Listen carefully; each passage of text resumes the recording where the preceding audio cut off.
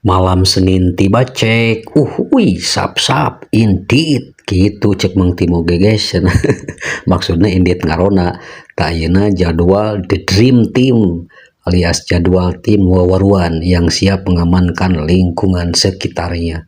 Tak ayeuna mah aya nu beda guys, ayeuna mah geus boga pos ronda anyar, ladang iuran atau urunan masyarakat.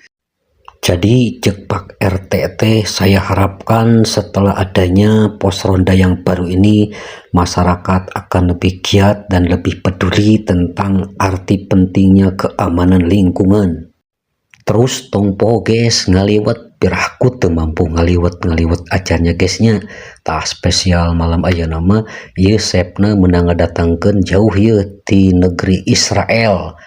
Jadi sementara di Israel mah kerame perang ngelawan Iran tah maneh nama ngaliwat di dia di pos ronda guys. Sabab cekolot baheula oge pejuang baheula percuma ayeuna turun ke medan perang lamun beuteungna lapar guys. Terus sambil nungguan lewat asak tah tongpo guys, tugas utamanya eta patroli keliling lingkungan untuk lebih memastikan di lingkungan anak aman.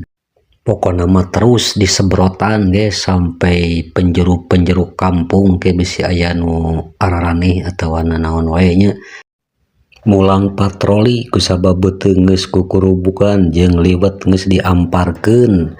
Pas ieu teh jam 3 guys nya keur meujeuhna lapar-laparna.